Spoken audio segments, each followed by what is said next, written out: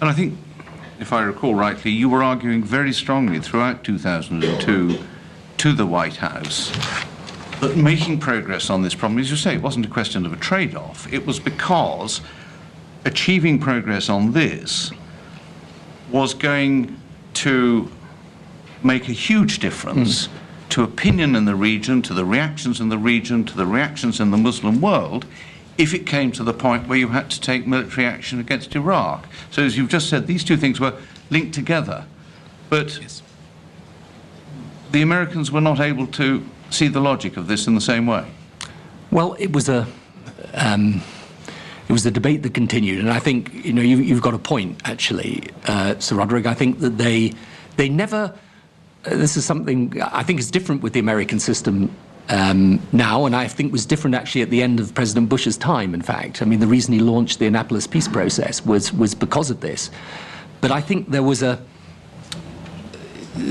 tendency to see these things separately, and I regarded them as I say, all part of the one thing. And yes, I mean, I said this at the time, and I would say it now. I mean, I wished we would have made better and faster progress on But you didn't make it a Israel-Palestine precondition with Bush. No, because it wouldn't be right to do that either. I mean, you should only take the action in respect of Iraq if you think it's intrinsically valid in its own terms.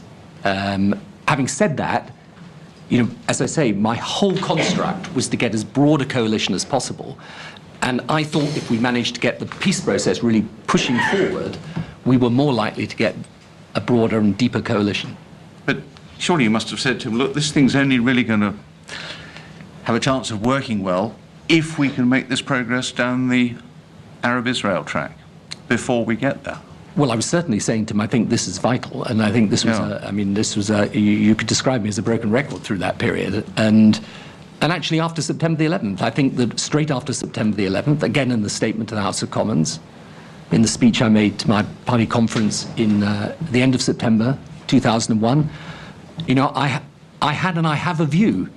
It's why I think if we want to deal with Iran today, and you've got very similar issues than the ones we're discussing here, which is why learning the lessons of this is so important. Again, in my view, we are far better placed to deal with Iran if the Israel-Palestine issue is moving forward. But was President Bush then just taking it for granted? When you said this is vital, was he just taking it for granted that we were going to support him on Iraq anyway?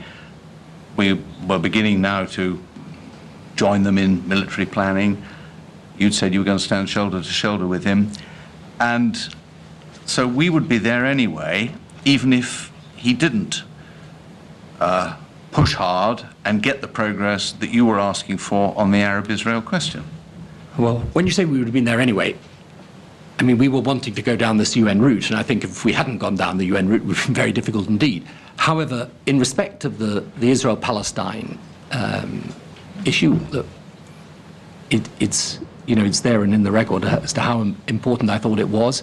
To be fair to him, he would say that getting the Israelis to agree to the roadmap, admittedly this didn't happen until I think April 2003, was a major step forward, and it was a major step forward. It's still the governing document for the peace process today, and I can assure you it was a big push to get that agreed, me with him and him with the Israelis.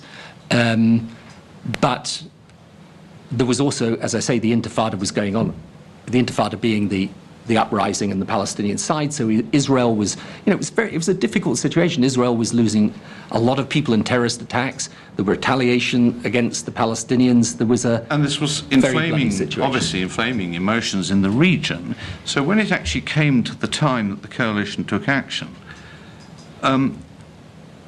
did this disappointing lack of progress, notwithstanding the belated publication of the route map, how much of an element was that in the difficult reactions from the coalition's point of view in the region and in the Muslim world to the action that was actually taken? How much did it contribute, do you think? I think it's a difficult question, really. I mean, I don't know that it fundamentally would have altered things. But if I put it the other way around, it would have been much better if you'd got that progress. That was why I was arguing for it the entire time. But having said that, I think that had we once the conflict occurred and gone into Iraq, had we been able at that point to drive forward, I think that issue would have been taken care of. And just to say, because I may not get another chance to say it, about the reactions of Arab leaders in the region,